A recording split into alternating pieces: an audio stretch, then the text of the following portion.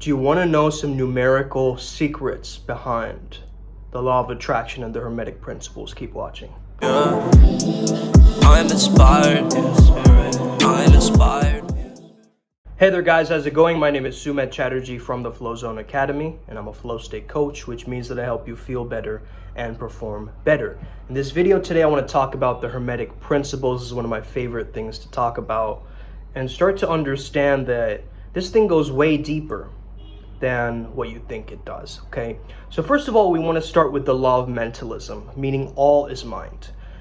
But really, what it means is all is zero. You notice the infinity symbol. How is it moving? It's moving with the node, right? It has a node, it has a center point for creation. So you need to be centered in order to create.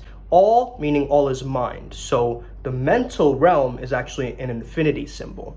Next, what we want to understand is the law of correspondence, okay? So 1 is to 1.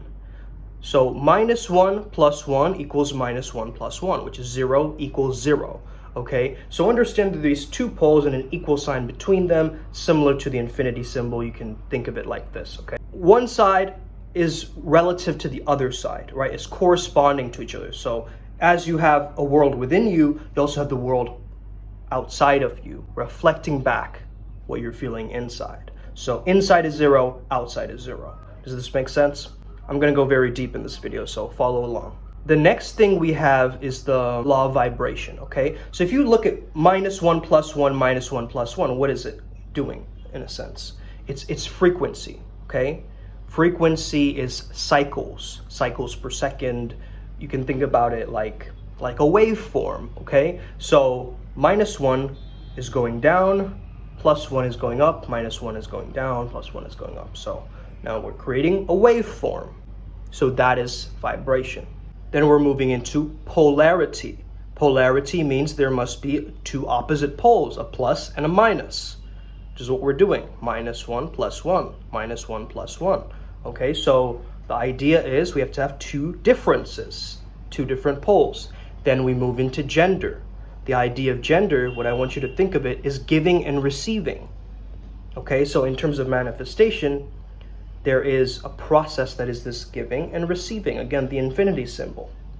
Okay, then we start to understand the law of rhythm. So the law of rhythm, if you're a person who's making music, you understand this, beats per minute. And essentially, I want you to associate rhythm with energy, okay?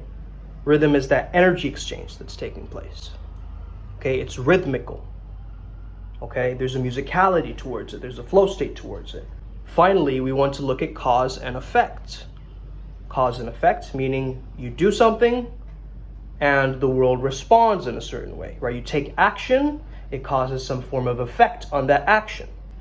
Like, let's say that you're moving through water, you're going to leave water behind you, right? So actually, this cause creates movement, creates momentum.